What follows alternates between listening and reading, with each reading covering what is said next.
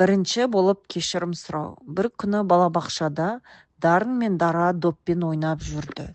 Ойын қызып кеткені сонша Дарын допты қатты теуіп жіберіп, ол Дараның қолына ыңғайсыз қатты тиді. Дараның қолы ауырсынып қалды. Бірден жылап қалды. Екеуі сөзге келіп, бірі-бірімен ренжісіп қалды.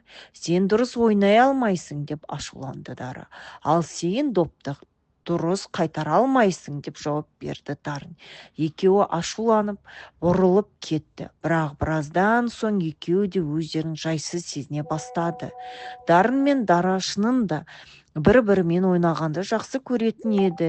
Екеуі достығын сақтап қалуды ойлап, мәселені шешудің жолын іздеді. Сол кезде Дарын өзі бірінші қадам жасауға батылдық танытып, Дараның жанына келді.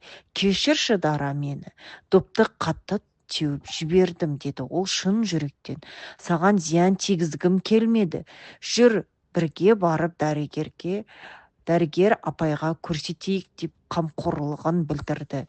Дара күлімсіреп, Дарынның қолын алды. Мен де кешірім сұраймын. Мүмкін бізге ойнап екеуміз де абай болуға керек екенін түсіндім. Сен ойнай алмайсың, деді. Айтқаным үшін кешірім сұра, деді. Сол күннен бастап олар ұрыспай, әр ойында бір-біріне қамқор болып ойнауды үйренді. Дарын мен Дара осы оқиғадан кейін нағыз ерлік, ренжіскенде бірінші болып кешірім сұрау және татуласу екенін түсінді.